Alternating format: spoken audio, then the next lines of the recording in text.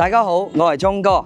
今一集我會拍攝兩套高層複式嘅兩房單位進行 PK， 大家都可以喺評論區話我知邊一間會更加啱你心水，或者係話更加靚啦。睇返你嘅見解嘅。咁第一間呢，就係我哋萬文匯大超市樓上，總高19層。咁而呢個單位呢，係16樓嘅位置啊，裝修非常靚啦。當時發展商嘅精裝嚟嘅，係樣板房嘅裝修，同埋呢個單位呢，可以直接拎包入住嘅喎。咁價錢呢係幾多？50萬。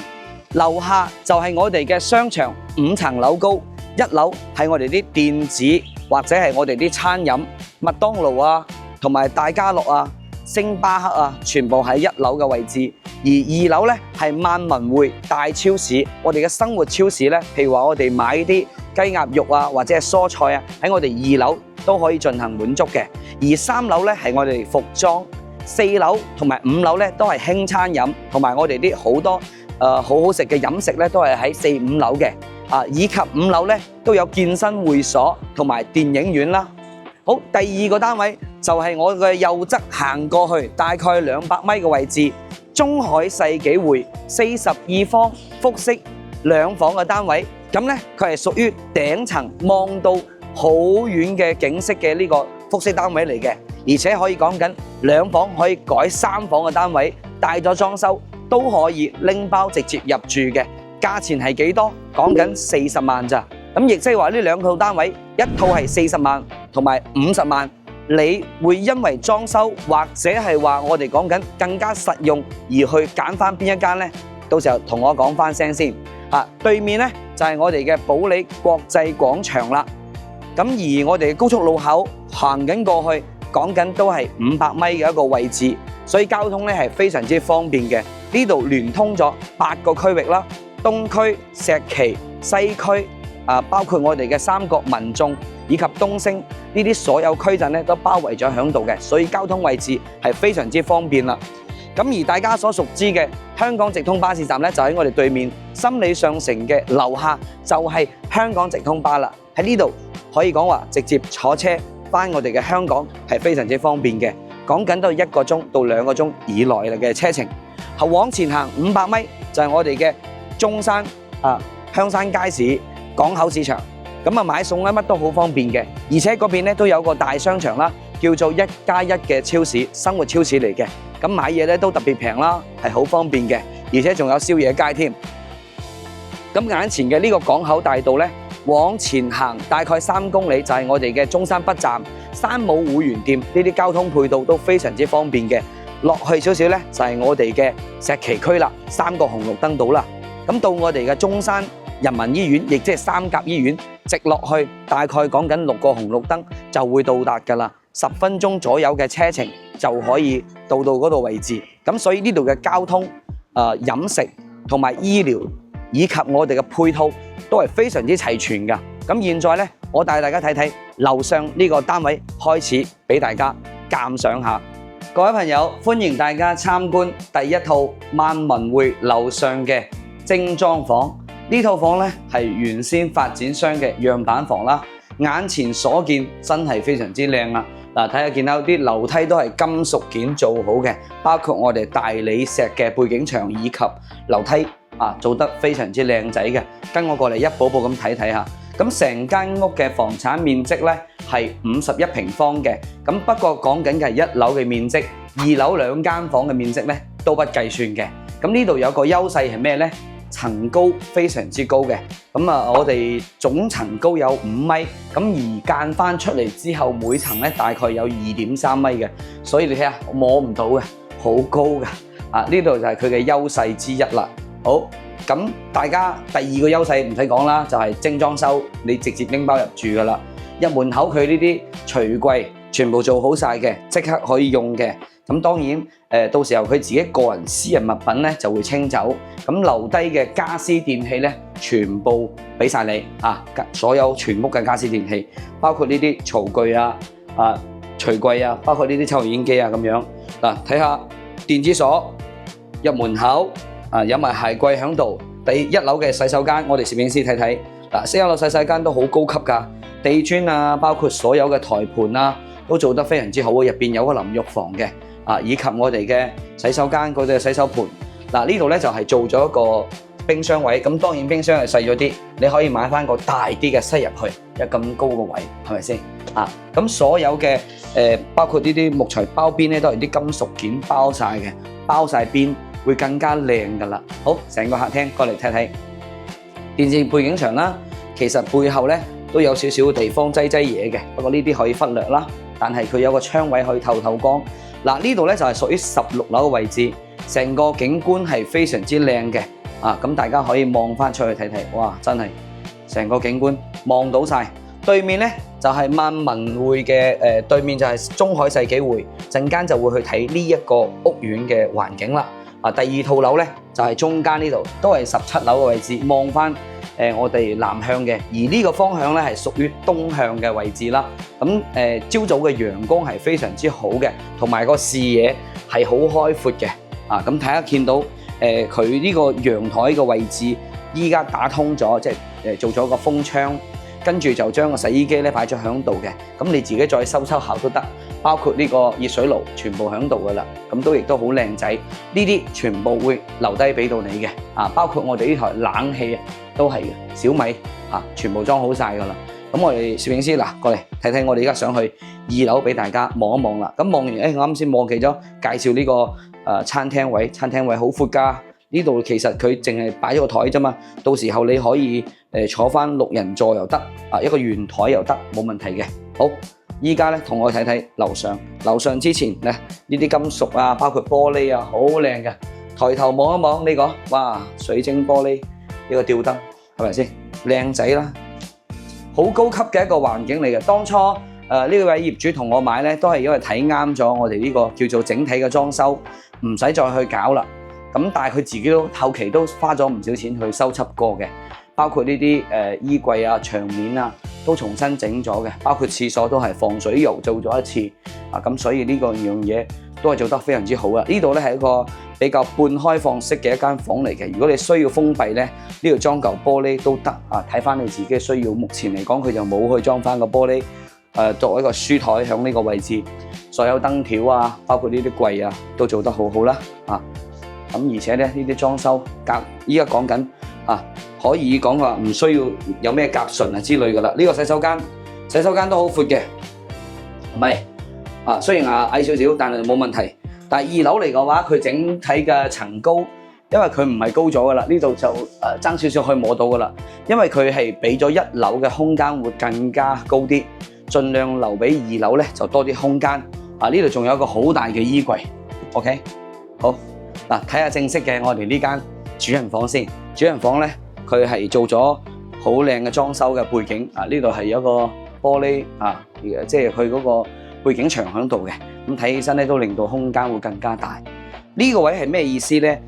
大家會覺得呢度點解有條柱喺度？唔係，我想同大家講，佢係將陽台咧佢鋪出去，即係增加咗更大嘅使用面積，所以就多咗個呢個空間啦。當呢個空間可以彈琴之外，亦都可以喺度梳化喺度坐，睇翻下成個環境嘅。啱先咧，我哋攝影師有冇睇到對面嗰個保利國際廣場啊？你睇下，上嘅商場就喺對面嘅咋，係嘛？非常之好嘅景觀，同我哋下邊一模一樣。好啦，咁呢間屋咧，佢現在咧就講緊50萬，咁全屋嘅家私電器都會留低俾到你，可以講話就係拎包入住，非常之簡單就可以搞掂噶啦。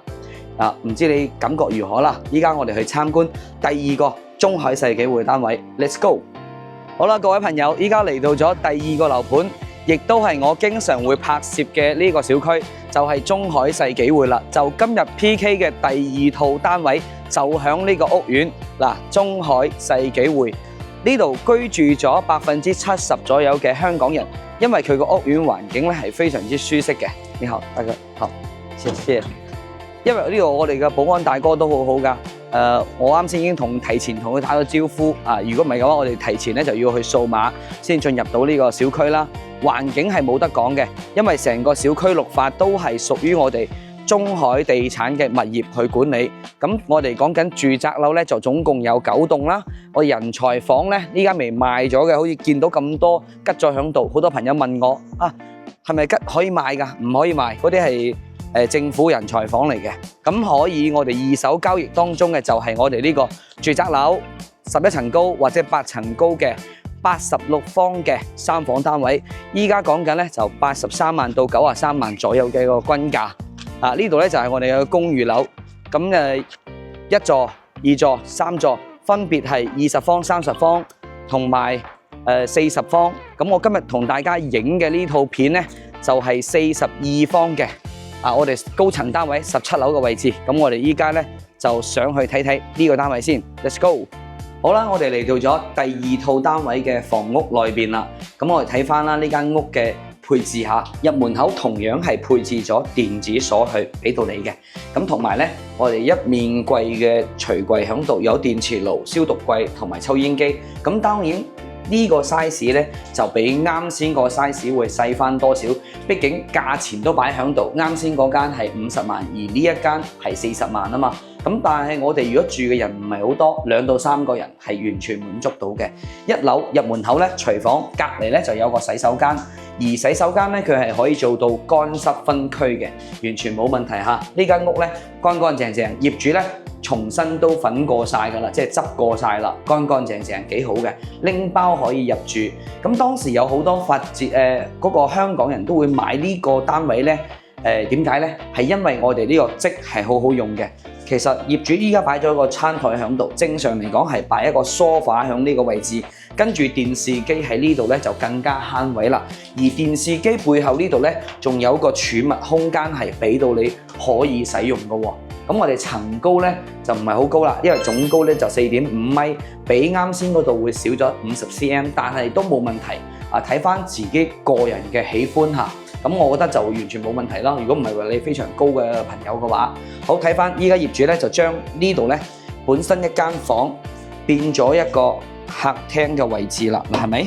呢度如果你係需要3間房嘅，咁呢個戶型咧會非常之啱你啦。嗱，電視機就喺我對面，而梳化坐喺度咧會非常之舒服嘅。咁成個空間依家咧係比較大咗嘅，因為佢係上邊2間房，下邊依家全部係客廳。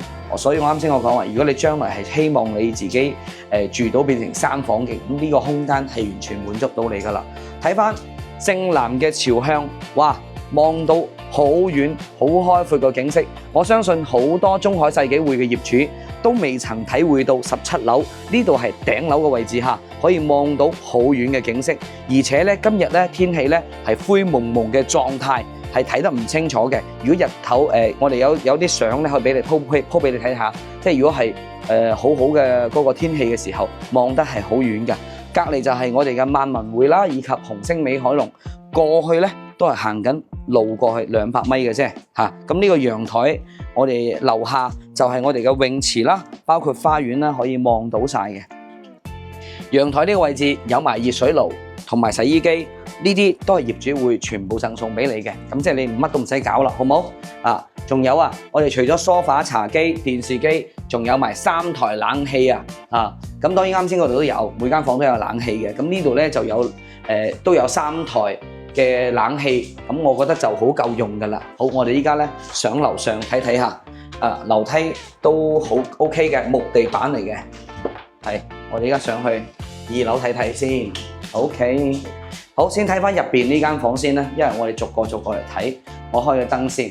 咁呢間房咧就可以作為一個客房啦。佢係正式有個門喺度嘅，而且呢個位置可以做到1排嘅衣櫃。中意大衣櫃嘅朋友，呢個間隔咧，你肯定會中意噶啦，好唔好？睇翻我哋呢個房內嘅使用情況，所有嘢都係新淨嘅，咁你自己都可以直接可以用翻，唔使抌，好唔好？你入邊仲有一個儲物空間，呢個係走廊位嚟嘅，咁所以有好大嘅使用空間可以俾到你，係啦，好。咁冷氣已經裝好晒啦，窗簾乜都裝好晒嘅。好，睇翻我哋呢個主人房嘅位置，有埋一個窗，但係出邊都有個窗嘅。咁望翻我哋南向嘅窗，有衣櫃喺度，都配置咗。咁所以呢個空間咧都算係好大。如果中間嗰度擺咗衣櫃之後，你呢個床依家係1.5米，隔離嗰個都係1.5米嘅床，2張嚟嘅。呢度咧就係我哋嘅頂樓啦，17樓嘅一個位置。大家唔介意頂樓咧，其實呢個景觀咧係最好噶啦，因為喺中海世紀匯只能夠喺我哋16或者17樓咁樣嘅單位，先至可以望到我哋對面嗰個咁遠嘅景色嘅嚇。咁其實咧，我哋中海世紀匯好呢種單位，就算係頂樓都冇乜嘢業主放出嚟賣，因為景觀非常之好啊嘛。咁呢兩個業主點解會賣呢？首先講翻萬文匯樓上呢個單位嘅業主，佢其實係要同我去買一間1000尺以上嘅單位，講緊係1200尺嘅單位啊，係好大嘅。咁依家咧就要嗰個套樓咧就要放翻出嚟啦，去同我買翻間更大啦，已經落咗訂㗎啦。咁所以依家咧就要將嗰套咧放翻出嚟。咁價錢方面大家可以商議下好唔好啊？咁呢間樓咧業主咧就有多間物業嘅，佢依家目前咧就有6個單位喺中山。逐漸咧佢又係要買一間大啲嘅單位，佢想買翻2000尺嘅單位，所以兩個業主都係喺中山嘗試咗一個好好嘅開頭。咁佢呢間其他嘅物業就唔賣住攞嚟收租，就呢一間咧先放翻出嚟啦。咁手頭上淨係揸少少，因為佢唔想喐香港嘅錢，淨係想用大陸呢度嘅錢去 convert 翻就 OK 啦。去冚翻條數就得啦。包括我哋港匯城嗰個萬文匯嘅業主都係咁嘅意思嚇，兩位都係香港業主嚟嘅。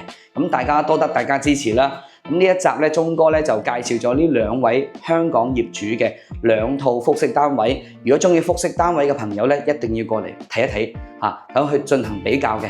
中意嘅話揾我睇樓啦嚇。鐘哥多謝你收睇，拜拜。